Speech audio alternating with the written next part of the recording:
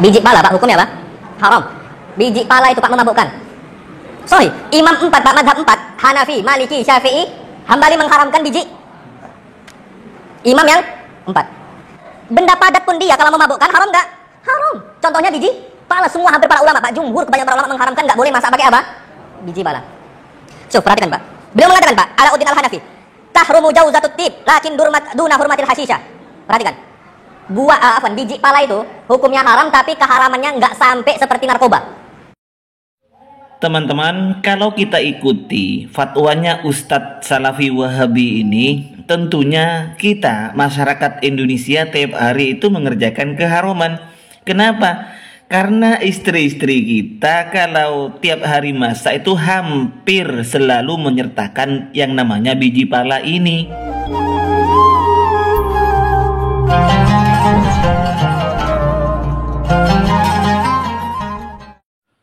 Assalamualaikum warahmatullahi wabarakatuh.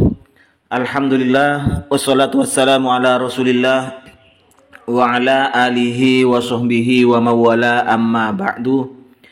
Sahabat-sahabat Aswaja, para nahdiyin, seluruh subscriber dan penonton semuanya tanpa terkecuali, semoga Allah subhanahu wa ta'ala senantiasa memberikan rahmatnya, taufiknya, hidayahnya, memberikan kelancaran rezeki dan kesehatan kepada kita semua. Amin, Allahumma amin. Kita dengar di awal penjelasan dari salah seorang Ustadz Salafi Wahabi yang bernama Ustadz Abdurrahman Al-Amiri. Dalam fatwanya, beliau itu menjelaskan keharaman mengkonsumsi biji pala. Bahkan beliau menisbatkan bahwa keharaman mengkonsumsi biji pala ini telah sepakat di dalam mazhab yang 4. Jadi ijma ulama mazhab yang 4 ini haram hukumnya mengkonsumsi biji pala. Haram hukumnya kita memasak, mencampur rempah-rempah bumbu kita itu dengan menggunakan biji pala. Itu penjelasan beliau. Tentunya kalau fatwa beliau kita ikuti, maka mayoritas masyarakat Indonesia itu setiap hari mengkonsumsi perkara haram, karena diharamkan oleh mazhab yang 4. Biasanya di Indonesia itu bumbunya itu menggunakan yang namanya biji pala ini. Biji pala ini kalau di daerah Madura, terutama di Sumeneb, disebut paala ya. Ini kulitnya seperti ini. Kalau dikupas kulitnya kayak ini gambarnya itu. Ini namanya biji pala. Kalau di daerah Madura, terutama Sumeneb, dikenal dengan paala. Tentang biji pala ini, mengkonsumsi biji pala ini boleh dikatakan itu terjadi khilafiyah di antara ulama, bukan ijma ulama mazhab yang 4 mengatakan haram. Baik, biar tidak panjang konten ini, mari kita langsung masuk pembahasan dengan referensi dari 4 mazhab. Apakah benar sudah ijma ulama, sepakat ulama bahwa mengkonsumsi biji pala itu hukumnya adalah haram? Dan beliau Ustadz ini membawakan satu ibarat dari mazhab Hanafi. Benarkah apa yang beliau sampaikan di dalam ibarat ulama Hanafi itu yang mengatakan ijma ulama telah sepakat mengkonsumsi biji pala atau memasak dengan menggunakan bumbu biji pala, hukumnya sepakat semua ulama itu adalah haram? Pertama kita buka di dalam kitab Al-Fatawa Al-Fiqhiyah Al-Kubra juz 4 halaman 230. Kitab ini, fatwa ini dikarang oleh Ibnu Hajar Al-Haytami. Beliau adalah ulama Syafi'iyah yang menyatakan haram, walaupun di awal-awal beliau mengatakan bahwa ini masalah khilafiyah. Fatasbutu bima taqarrara, maka jadi subut tetap sesuatu yang telah ditetapkan, annaha haramun, bahwasanya mengkonsumsi biji pala itu adalah haram indal a'immatil arba'ah, menurut 4 mazhab Syafi'iyah, Malikiyah, Hanabilah ini ya. Keharamannya itu bisa berdasarkan imma musykiroh atau muhaddirah yang membahayakan terhadap tubuh. Selanjutnya kita pindah terhadap pendapat Fatawa Ar-Romli, Imam Ar-Romli ya, juz 4 halaman 71. Beliau juga dari kalangan Syafi'iyah. yang kebanyakan fatwa-fatwanya itu hampir banyak berbeda dengan fatwanya Ibnu Hajar Al-Haytami. Beliau ditanya tentang makan atau mengkonsumsi yang namanya buah pala ini, apakah boleh atau tidak? Maka jawaban beliau fa'ajaba, na'am, iya. Ya jusu ingkana kolilan, boleh mengkonsumsi biji pala itu ingkana kolilan jika sedikit, wa yahrumu ingkana kathiron, haram apabila banyak. Nah, kalau kita kembali ke permasalahan memasak dengan menggunakan bumbu biji pala, tentunya itu sedikit, tidak sampai banyak yang namanya bumbu itu. Jadi menurut Ibnu Hajar, menurut Imam Amromli, boleh mengkonsumsi biji pala apabila sedikit, haram apabila banyak. Selanjutnya kita pindah ke kitab Mawahib Al-Jalil. Ini di kalangan Malikiyah, juz 1 halaman 90.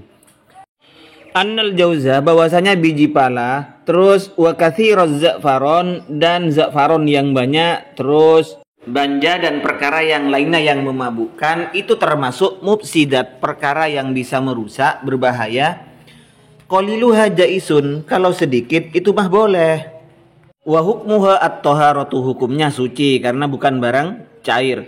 Wa qala Al-Barzili, Imam Al-Barzili ini berkata, ajaza ba'du a'immatina, sebagian imam-imam kami dalam mazhab Maliki itu memperbolehkan aklal qalili min jauzatit tib, boleh makan sedikit dari buah pala itu, biji pala itu, dengan tujuan misalnya litas hinid dimag, untuk menghangatkan otak.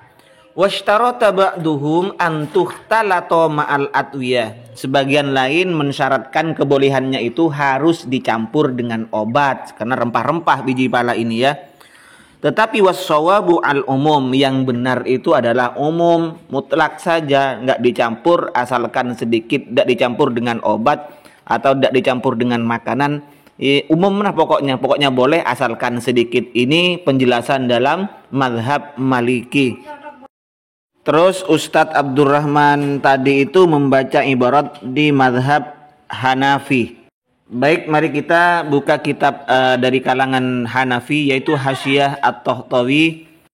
Kita buka di halaman 165, tepatnya di Kitabus Shaum itu ya. Lihat 4 baris dari bawah itu. Dinukil anna jauzatat tib tahrumu. Memang benar dinukil bahwa mengkonsumsi biji pala hukumnya haram. Lakin duna hurmatil hasyisyah. Nah, ini yang dibaca oleh Ustadz itu ya. Jadi mengkonsumsi biji pala itu hukumnya adalah haram, tapi keharumannya di bawah narkoba, kata Ustadz tersebut. Tapi Ustadz ini berhenti hanya membaca di situ, tidak dilanjutkan. Padahal itu ada kelanjutannya ya. Nah, kelanjutannya apa? Ini kelanjutannya. Wasorroha Ibnu Hajar Al-Makki. Ibnu Hajar Al-Makki menjelaskan bitahrimi jauzatit tib, haram mengkonsumsi biji pala itu biijma'il a'immatil arba'ah, berdasarkan kesepakatan 4 mazhab. Tetapi terusannya itu la'alla hikayatal ijma', barangkali yang dimaksud cerita kesepakatan ulama 4 mazhab itu adalah mahmulatun ala halatis syakar, yaitu diarahkan ketika dalam keadaan mabuk. Artinya 4 mazhab ini sepakat haram mengkonsumsi biji pala apabila sampai mabuk, itu maksudnya. Sehingga beliau menjelaskan ammal qalilu minha, adapun jika mengkonsumsi biji pala hanya sedikit saja, wa min kulli muskirin ma'adal khamri, dan semua barang-barang yang memabukkan selainnya khamr itu sedikit yang dikonsumsi, bagaimana? Fata'atihi la yahrumu indal imam, maka mengkonsumsi biji pala yang sedikit itu tidak haram, kata Imam Abi Hanifah yang jelas di sini ini. Selanjutnya wasani yang kedua itu apabila tidak sampai memabukkan. Ini sama intinya ya, dikonsumsi sedikit maka boleh. Yang kedua, walaupun banyak asal tidak memabukkan itu boleh. Jadi kalau Pak Ustadz tadi itu membawakan ibarat dari kalangan Hanafiyah tetapi itu dipotong. Yang dimaksud hikayah ijma ulama tentang keharaman mengkonsumsi biji pala itu adalah diarahkan ke halatas syakar, yaitu dalam keadaan mabuk.